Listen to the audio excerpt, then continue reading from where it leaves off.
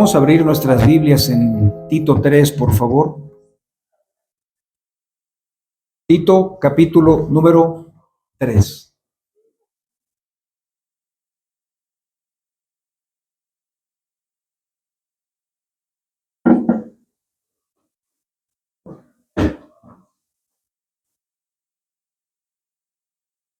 Tito, capítulo 3.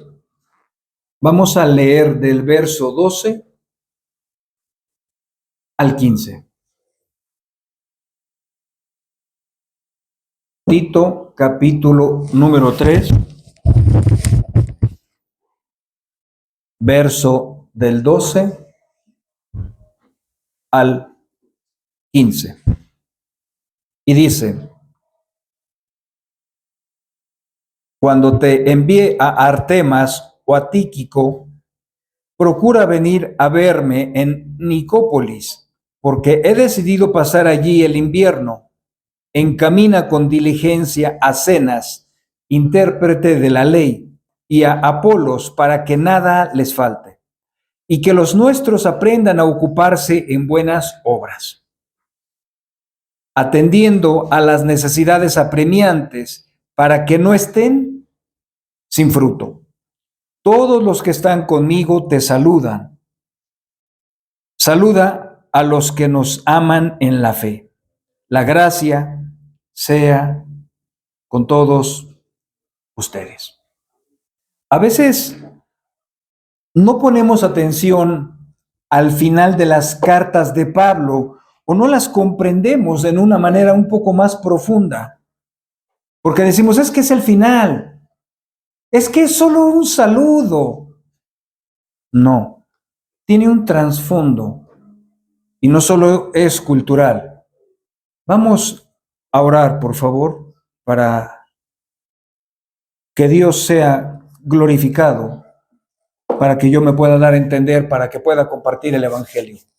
Vamos a orar. Amado Dios, estamos contentos de que en tu gracia nos permitas asistir, de que en tu gracia nos permitas ser expuestos a tu palabra. No hay otro medio por el cual reveles tu voluntad. Está escrita. Venimos a escuchar tu voz para que sigas moldeando nuestras vidas, para que, como dice Filipenses, el que comenzó la buena obra la va a perfeccionar. Padre amado, ayúdanos a no solo pasar lista, hay mucho más en la gracia común. Alinea nuestros corazones a tu voluntad.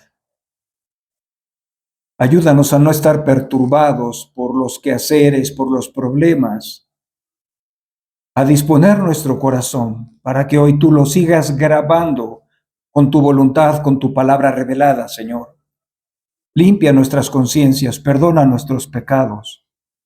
Ayúdanos a esforzarnos, a honrarte, a ser reverentes, amar a nuestro prójimo, pero también amar a nuestros enemigos.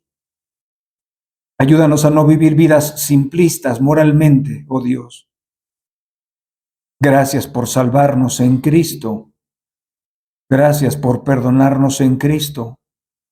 Gracias porque las iglesias van creciendo en Asia.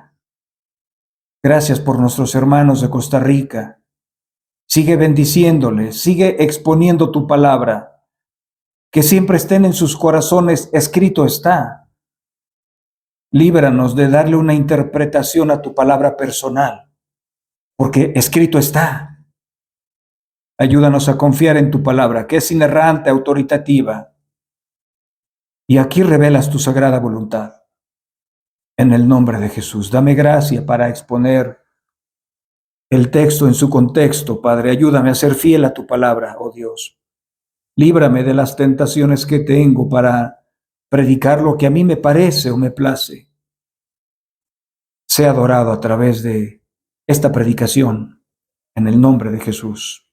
Amén. Y amén.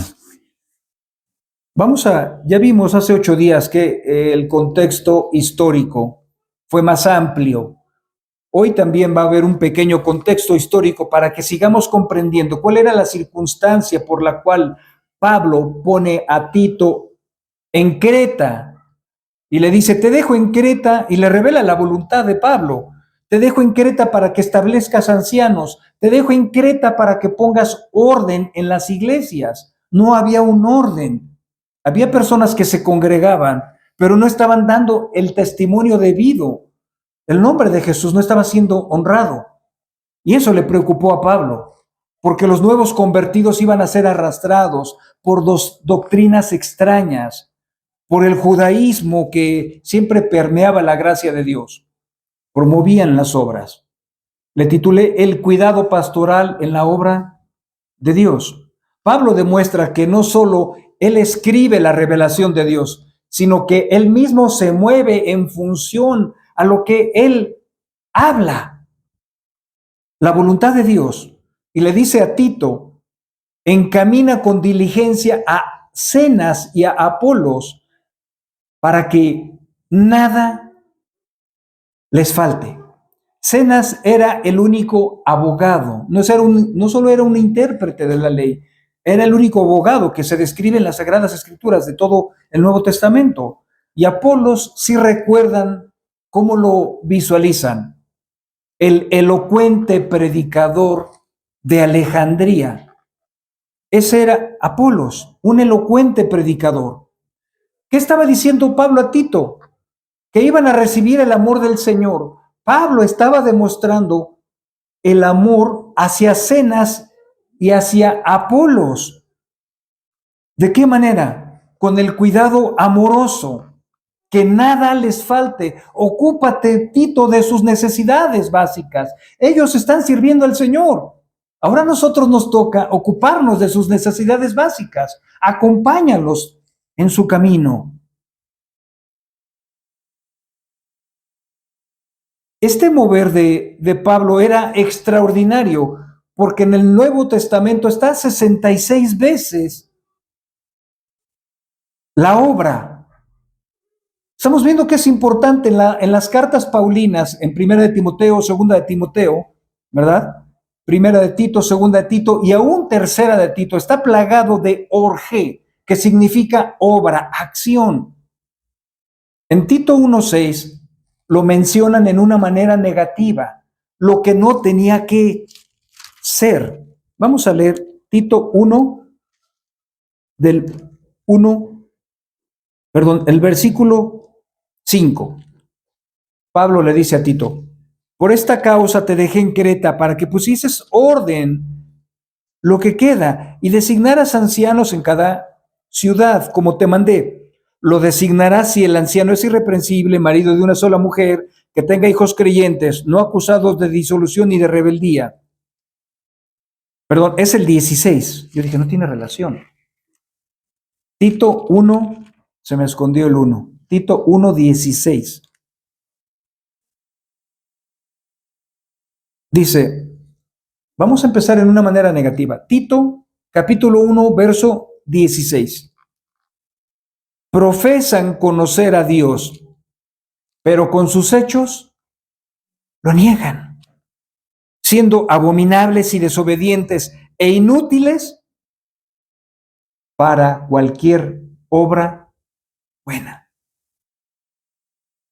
Estamos hablando de personas que entraban en una iglesia de creyentes y que creían en el Evangelio y que creían en el Cristo.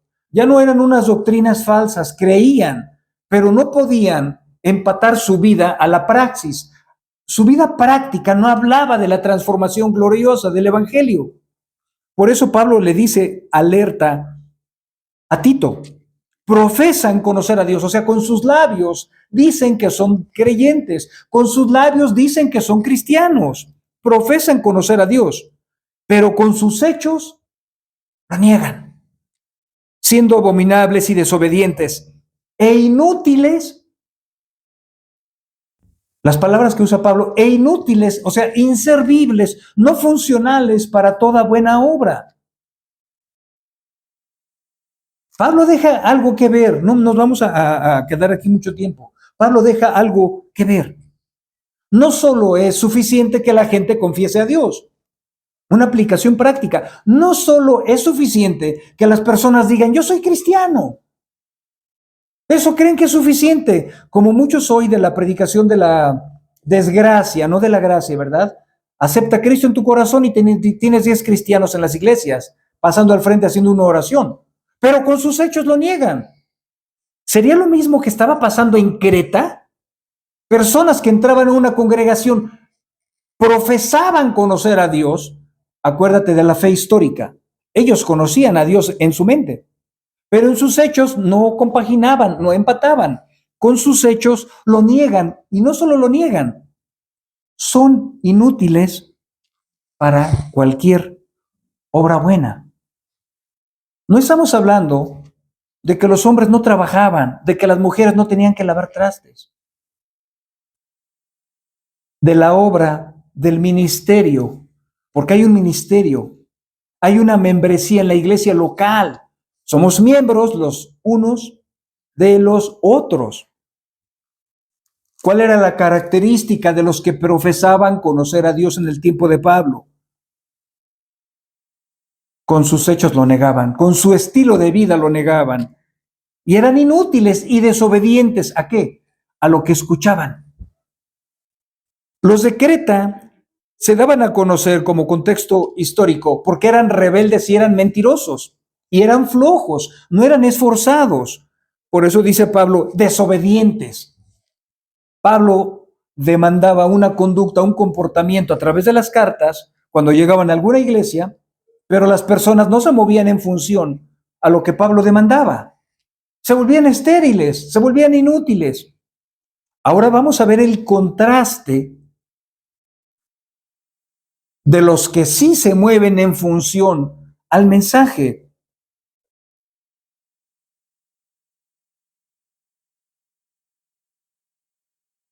En Tito 2:14,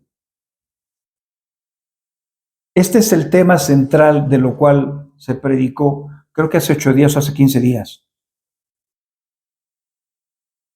Fíjate la importancia y la repetición de las palabras de Pablo. Obras, obras. Dice Tito 2:14, hablando de Jesús, dice, quien se dio a sí mismo por nosotros, para redimirnos de toda iniquidad y purificar para sí un pueblo para posesión suya, celoso de buenas obras. Vemos un contraste intenso en los cretenses, inútiles, mentirosos, ¿no? Dragones, porque eso dice el pasaje, glotones, dragones, inservibles para cualquier obra. No son cristianos, pero está diciendo aquí el pasaje, Jesús se da a sí mismo por nosotros para redimirnos de toda maldad y purificar para sí un pueblo para posesión suya, celoso de buenas obras. Vemos el contraste con los que profesan a Dios y lo niegan con sus hechos. Y vemos el contraste de los que estamos integrados al pueblo de Dios, pero lo tenemos que demostrar no solo con nuestra boca, no solo profesando a Dios con nuestra boca o en nuestra mente, con las buenas obras. Con las buenas obras. Tito 3:1 dice, recuérdales que estén sujetos. Vamos a ver muchos pasajes, ténganme paciencia, por favor, para demostrar la importancia del énfasis de lo que Pablo quería explicar. Recuérdales que estén sujetos a los gobernantes, a las autoridades, que sean obedientes, que estén preparados para toda buena obra. Es como si un policía te dijera, señor, buenas tardes, usted no se puede estacionar aquí. No, espérame, ¿por qué no? Bueno, es que yo le estoy diciendo que esto es un lugar apartado para... No, no. Yo me voy a estacionar, la calle es libre. No, no puedes hacer eso. Sujétate a las autoridades. Un policía es una autoridad. Y lo expliqué más claramente. Un bancario, una policía auxiliar, ¿verdad? En una escuela, una autoridad es un director. para toda buena obra. Un jefe, tu papá. Tito 3:8. Palabra fiel es esta. Y en cuanto a estas cosas, quiero que hables con firmeza, para que los que han creído en Dios, el procuren. No es como decimos los mexicanos, ¿no? Voy a procurar ir a verte y nunca vamos. El procura en griego es prontitud. Entonces, fíjate cómo cambia el pasaje en ese griego. Para los que han creído en Dios, se ocupen inmediatamente, se ocupen rápida o prontamente. ¿En qué? En buenas obras. Estas cosas son buenas y útiles para los hombres. Pero aquí no está hablando de ideología de género, ¿eh?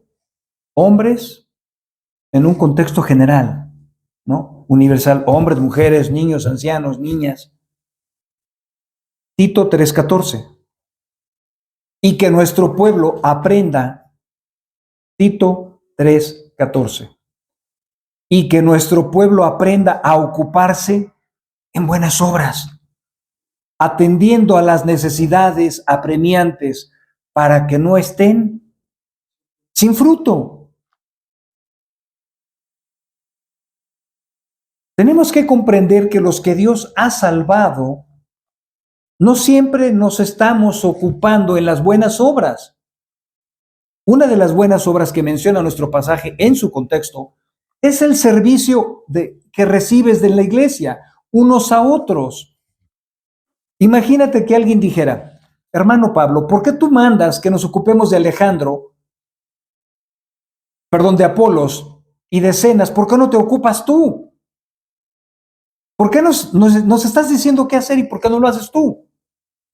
Bueno, porque una iglesia no es todológica, ¿verdad? Donde el apóstol en ese tiempo, el pastor hoy en día no hace todo, no es todólogo.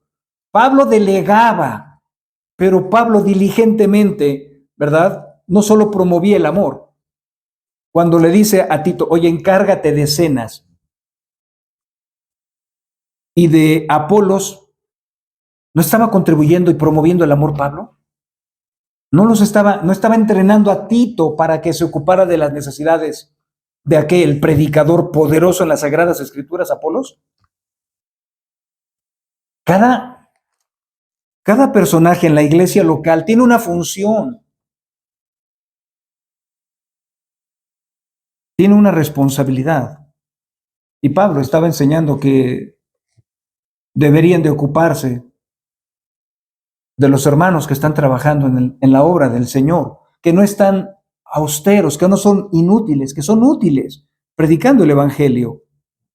Hay que distinguir varias cosas entre la cultura judía, la enseñanza de la ley y lo que Cristo y el Evangelio produjeron en el corazón de las personas. El pueblo judío no era nuevo que ayudar a su prójimo, no es algo nuevo, no es neotestamentario, es veterotestamentario.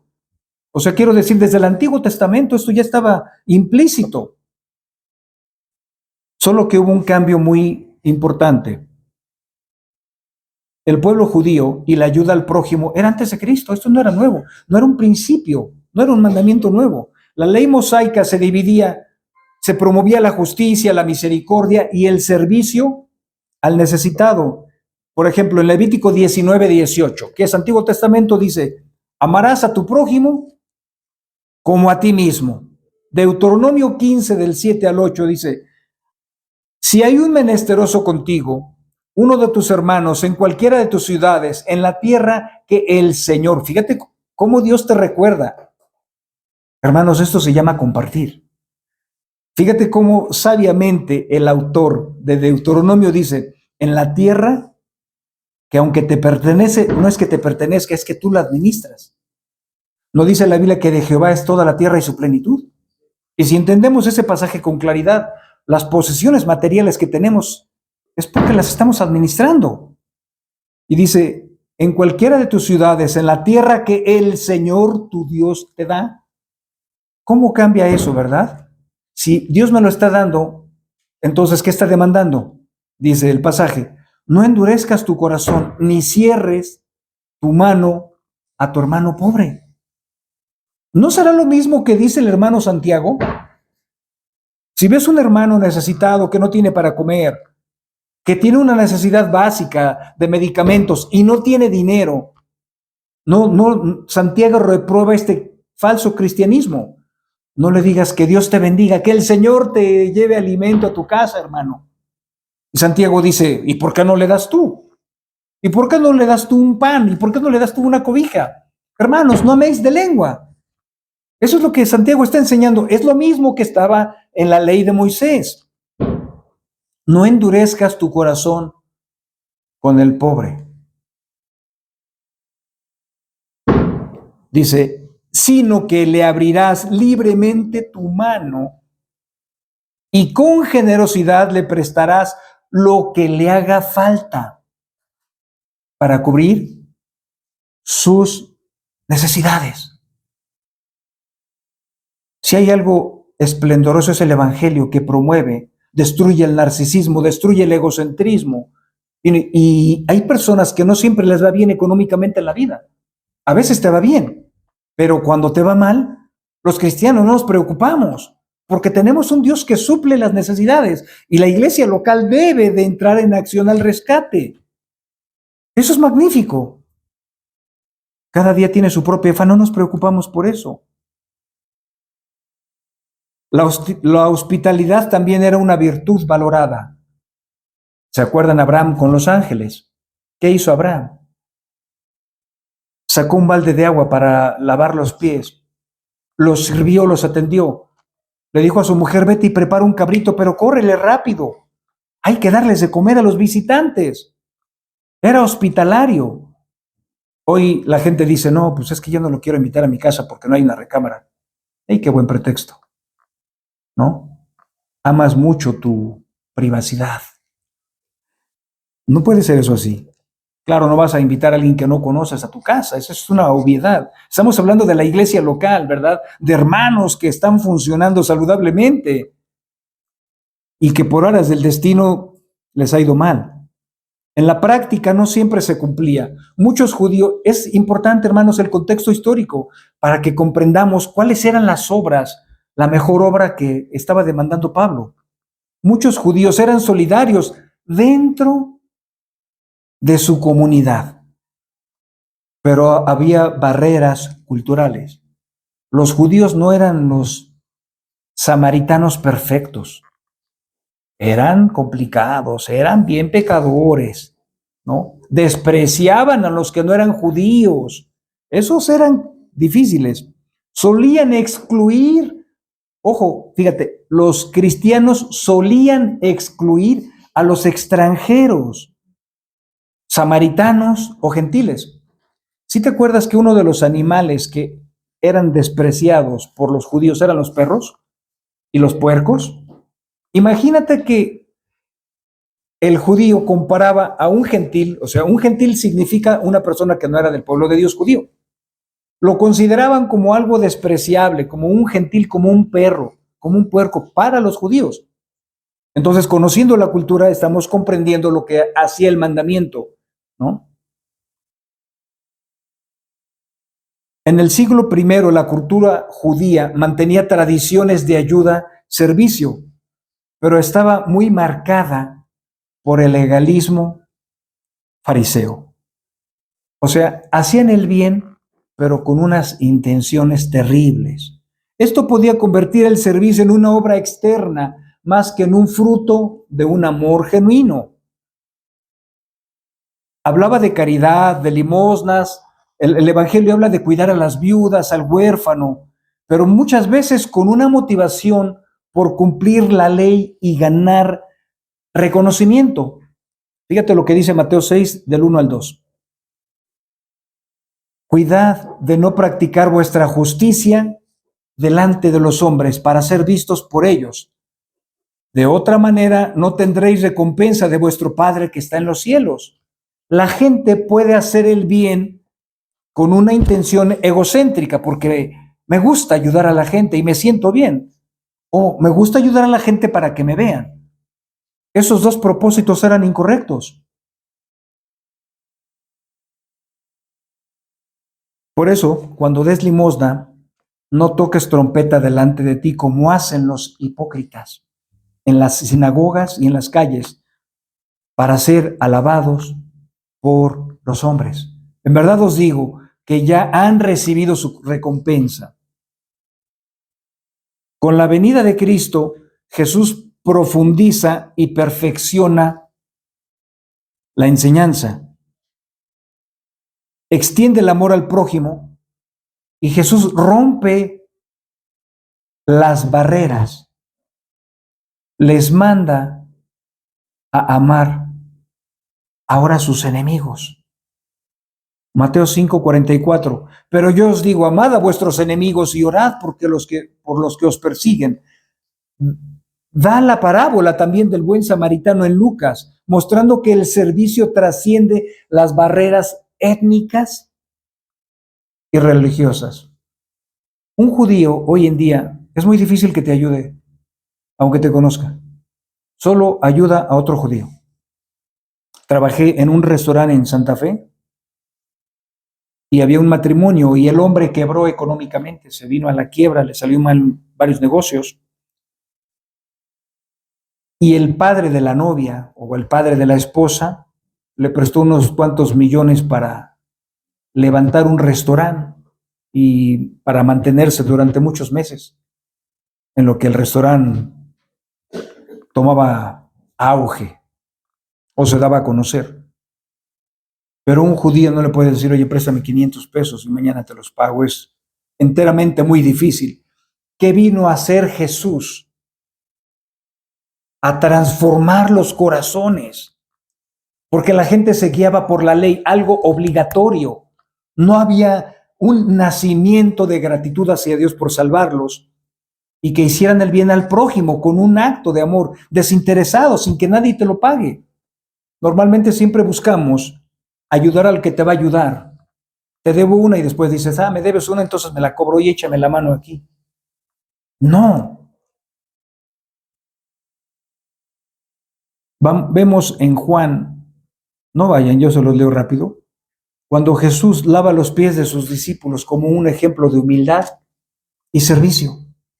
Imagínate, el Dios encarnado y lavando pies sucios, de caminatas largas en el desierto, no había calcetas, no había talco, ¿no? Imagínate si Pedro tenía un olor fuerte de pescador, el pescado también, con el calor no huele nada rico, imagínate a Jesús lavando los pies de los discípulos, sin hacerle así, ¿no? Ese es un amor, verdaderamente. Y el maestro dijo, si yo soy el Señor y los sirvo, ¿qué no tendrían que hacer entre ustedes? Juan 13, 14 y 15 dice, pues si yo, el Señor y Maestro, os lavé los pies, vosotros también debéis lavaros los pies unos a otros, porque os he dado ejemplo para que como yo os he hecho, también ustedes hagan. Si sabéis esto, fíjense la clave, seréis felices si lo practicáis. ¿Qué está diciendo Juan? ¿Qué locura? Que cuando practicamos el servicio con la intención de demostrarle a Dios que lo amamos y con la intención de demostrarle a nuestro prójimo que nos interesan sus problemas, la consecuencia es seréis felices si lo practicas. No es que lo hagas mensualmente o bimestralmente. Es un estilo de vida el servicio. Es un estilo de vida para un creyente genuino, las obras, el interés por el pueblo de Dios. Estos hombres que estaban en Creta eran inútiles para hacer una buena obra, no querían hacer nada por el prójimo, pero ellos profesaban conocer a Dios, pero dice, con su testimonio lo negaban. ¿Cuántas personas no han opinado? Uy, si eso es ser cristiano así para ser como tú, mejor no, déjame como estoy. Eso es muy fuerte. El servicio cristiano nace no solo de una ley externa, sino de un corazón transformado por el Espíritu Santo. Hay creyentes, hay personas que profesan una fe, pero llegan y se cansan de hacer el bien y se quejan. Pues es que todo el tiempo quieren que esté haciendo y los demás no hacen. Eso es cuando trabajas para los hombres. Gálatas 6:2. Llevad los unos las cargas de los otros y así cumplid la ley de Cristo. Los judíos en tiempos de Pablo ya tenían una tradición de ayuda y servicio, pero estaba limitada por la ley y las costumbres. Con Cristo el servicio se volvía universal. No había barreras. Tenían que servir los judíos sí o sí, aún a sus enemigos, aún a los samaritanos, aún a los gentiles. ¿Por qué? Porque eran nacidos del amor de Dios, del corazón de Dios. No era una obligación. Hebreos 10, 23, 24. Mantengamos firme la profesión de nuestra esperanza, sin vacilar, porque fiel es el que os prometió. Y consideremos cómo estimularnos unos a otros al amor y a las buenas obras. Promueve mandamientos y principios que son los más importantes, desde Éxodo hasta cuando vino el Cristo. 1 Corintios 15:58. Por tanto, mis amados hermanos, estén firmes, constantes. Habla de la perseverancia de los santos. No es que vamos a la iglesia anualmente, no es que hacemos las obras bimestralmente como el recibo de la luz. Hay una practicidad en las buenas obras que el pueblo de Dios debe de recibir, abundando siempre en la obra del Señor, sabiendo que vuestro trabajo en el Señor no es en vano. Las buenas obras son el resultado. Nos vamos a meter al tema más importante. Las buenas obras son el resultado de una transformación gloriosa de nuestro Señor y Salvador. Dios no buscó su beneficio, todo lo contrario, buscó el mayor beneficio a costa de un gran sacrificio. ¿Sí entiendes lo que digo? Dios se sacrificó y sacrificó a su Hijo. Dios hizo una obra al entregar a su Hijo para que los que somos perdonados en Cristo lo recibamos como gracia, no por merecerlo. Voy a uno de los textos más conocidos y espero que el Señor me ayude para desmenuzarlo un poco. El mejor ejemplo que tú puedas encontrar en toda la Biblia, por donde le busques, no es de Daniel, no es de Pablo, no es de Pedro, no es de Moisés. La mejor obra está concentrada en San Juan 3:16. De tal manera amó Dios al mundo que ha dado a su único hijo o a su unigénito, y viene el propósito, para que todo aquel, y viene la restricción del embudo, en él crea, porque si no sería universalismo. Ah, Jesús murió por todo el mundo, qué padre. No, para que todo aquel que en él crea, nada más restrictivo, no se pierda, mas tenga vida eterna. Dios obró en beneficio del mundo, no escatimando a su Hijo por pecadores que merecían un castigo. Esa obra interna hace posible que los creyentes, al escuchar la voz de Dios, quieran seguir los pasos de su Dios, servir. Jesús no dijo, yo vine como rey, y sí vino como rey. Eso lo demostró en el libro de Mateo, ¿no? Pero yo vine a servir. ¿Por qué a la gente creyente, es una pregunta, le cuesta tanto trabajo servir?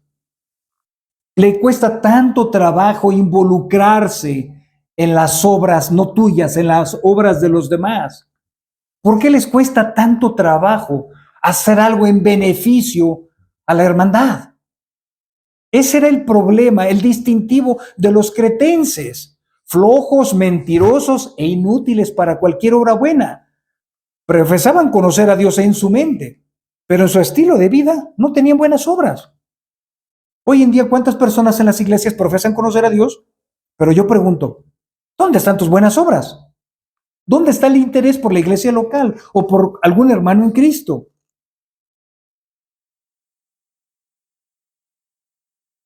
No necesitamos sentir ningún tipo de presión para cumplir con las demandas de servir a los demás.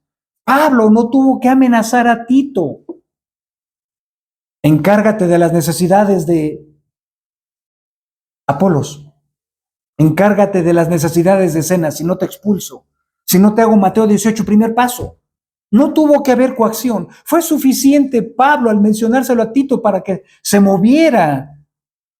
¿Cómo crees que recibió Tito esa orden? Con agradecimiento. ¿Cómo el Señor me confía que me encargue de 2 santos para atenderlos? Hoy en día la gente no se quiere separar de su tiempo. Hoy el cristianismo se trata de ti. Hoy el cristianismo lo diluyes porque se trata de tus necesidades. ¿Y dónde están las buenas obras hacia los hermanos, hacia la fe? ¿Dónde? ¿Dónde está? O serás como, eso lo dice el pasaje, y aplicación práctica, serás como los de Creta, profesan conocer a Dios, pero son inútiles para cualquier buena obra. Pero lo niegan con sus hechos, lo niegan con sus conductas.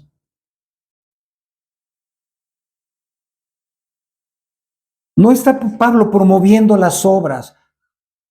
Después de la salvación vienen las buenas obras. Porque hoy la gente se engaña, dices, quieren empezar haciendo las obras para ser aceptos delante de Dios, ya que por las obras de la ley nadie será justificado. Nadie va a ser salvado porque hagas cosas buenas. Somos salvados por gracia. Somos salvados por creer única y exclusivamente en Cristo. Ahora, ¿qué demanda el autor? Si tú dices que eres creyente, ¿dónde están tus buenas obras? ¿Dónde están? Porque esa es la evidencia. Mi fe es viva. En San Juan dice, el que guarda mis mandamientos es el que me ama. Ah, ok. ¿Cómo demostramos a Dios que le amamos? A través de las obras, a través de la obediencia, a su palabra. Aquí no es cuando yo quiera, cuando yo tenga tiempo. Pablo, espérame, ¿qué crees? Que tengo una semana muy ocupada, mejor encárgaselo a alguien más. ¿Cuántas veces has escuchado a hermanos decir eso? ¿Por qué no se le encargas a otro? Yo ya tengo este servicio. Qué asombroso. Dice las buenas obras, no una obra en singular, y con eso ya estoy bien, me doy por bien servido. En las iglesias sucede mucho eso. Oye, ¿podrías apoyarme a hacer esto? ¿Qué quieres, hermano? No tengo tiempo. No, es el único día que tengo. No, ¿qué crees? Que estoy saturado, tengo muchas actividades, mejor ¿por qué no se lo dices a otro hermano? Claro, en vez de, deberíamos de llamarte cretense, inútil para cualquier buena obra. El Señor nos salva para servirle a Él. Aunque tú me veas y soy una autoridad literal y no porque yo me ponga o me imponga, por la palabra de Dios, pero al yo estar predicando te estoy sirviendo.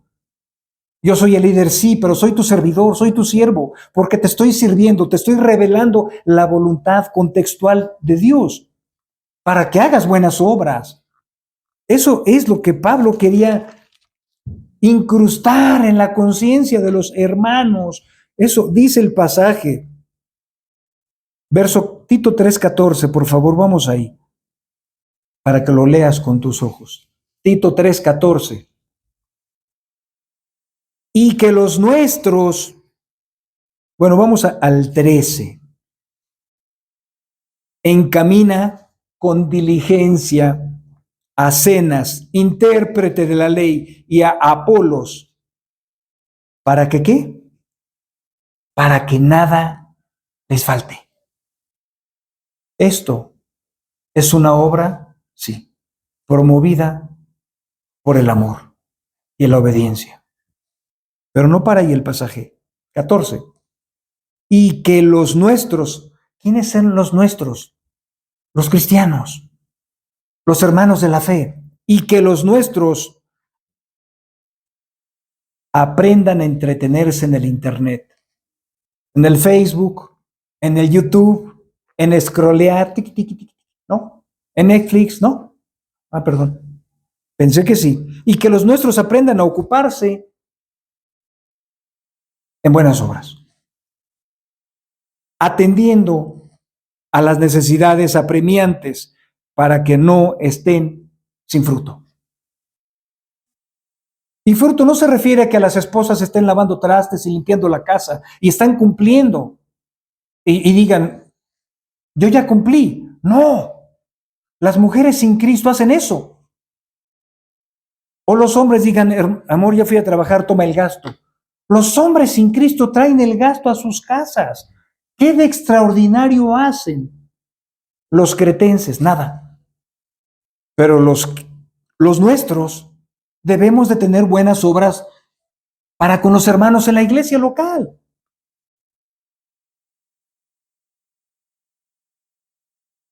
Imagínate que cada quien tenga una justificación maravillosa y diga, hermano, es que tengo muchos problemas y por eso no he podido. Déjame darte una noticia, los problemas nunca se van a acabar. Y deja de involucrarte en los problemas porque Dios no te salvó para que seas la rescatadora de ningún lado o el rescatador de nadie. Dios te salvó. La evidencia es para que tengas buenas obras.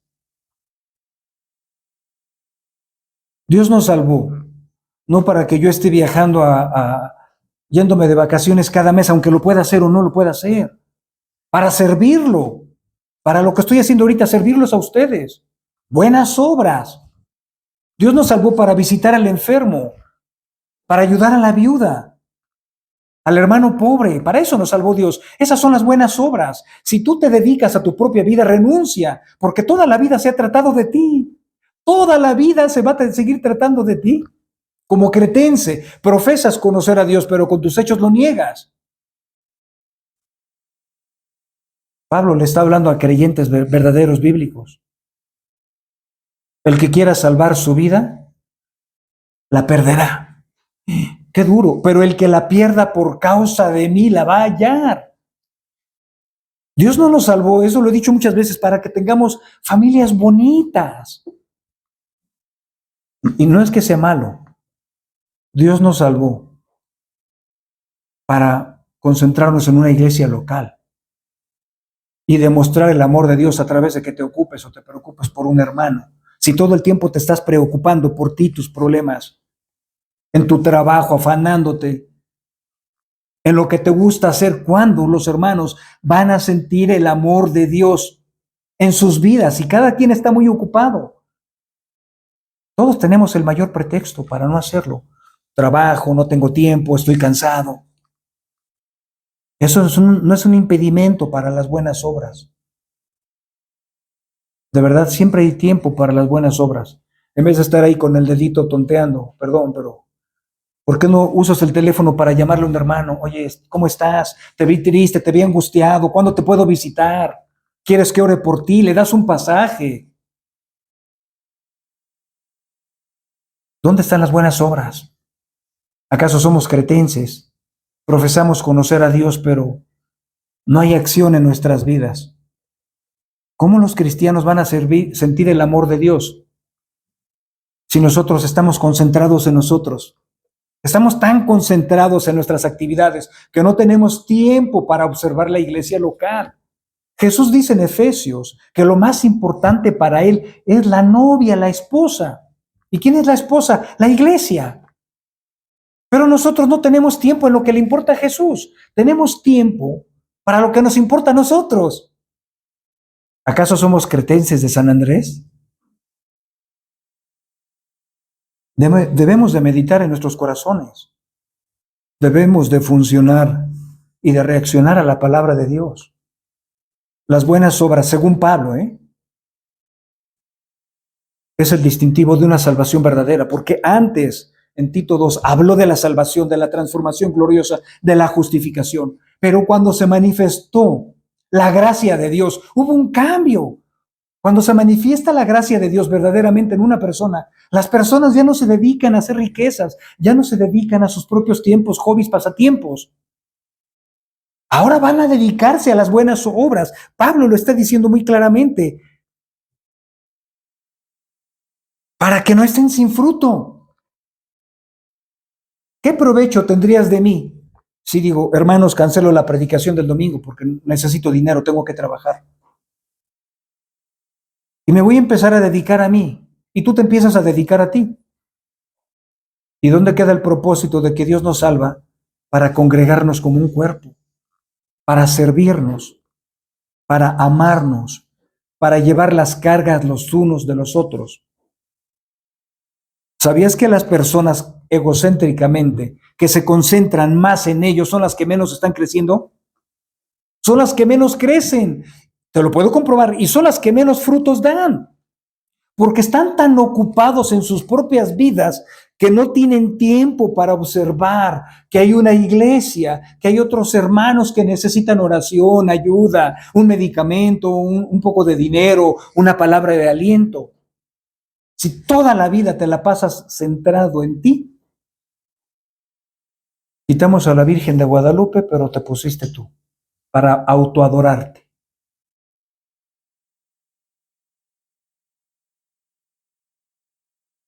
Apremiantes para que no estén sin fruto.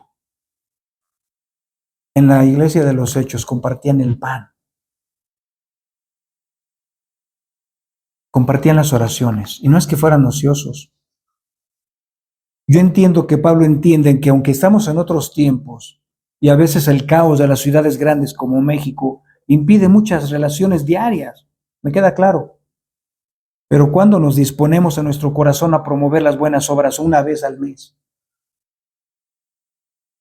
en vez de pasar tiempo scrolleando, viendo una picture, una película, dices, ¿por qué no le hablo al hermano? A la hermana, invierto 20 minutos. ¿Dónde están tus buenas obras que hacías cuando Jesús te salvó? ¿Dónde están? Nunca se ha tratado de nosotros el Evangelio, hermano, discúlpame. Siempre se ha tratado de Cristo, de servir a los demás. Jesús dijo, yo no vine a servir, pero tú dices, bueno, yo vine a que me sirvan. Las personas que menos crecen, de verdad, medítelo. Esto no es un regaño, es una motivación a que te examines. Las personas que menos crecen en el amor son las personas que se concentran en sí mismos. Las personas que menos crecen y menos fruto dan es porque están muy concentradas en sus propias vidas y no pueden tener buenas obras porque están concentradas en sus propios problemas, en sus propias vidas, encerrados en sus propias mentes. ¿No cantamos que Dios es un Dios grande? ¿Por qué estar viviendo encerrado en tu mente, esclavizado a los pensamientos y a los problemas? Y dejar pasar por alto lo más hermoso, el servicio a los demás. Dice la Escritura, estimulémonos en Hebreos 24, unos a otros, al amor y a las buenas obras. Es el distintivo del cristiano, no para, continuamente ama. Es la perseverancia, es la doctrina. El Espíritu Santo siempre está promoviendo el querer como el hacer, pero ¿qué hacemos? Ay, no, estoy muy cansado, mañana lo hago. No puedes invertir 10 minutos en una buena obra, en una llamadita. Es tan difícil.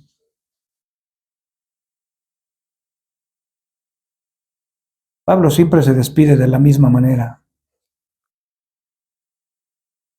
Colosenses dice, yo Pablo escribo este saludo con mi propia mano, acordaos de mis cadenas, la gracia sea con vosotros. El Señor, segundo de Timoteo, el Señor sea con tu espíritu, la gracia está con nosotros. La gracia nos hace funcionales, hermanos. Si tú eres creyente, haz que esa gracia fluya, circule, y que los demás puedan recibir tu amor, puedan recibir tus obras. Renuncia a concentrarte en ti.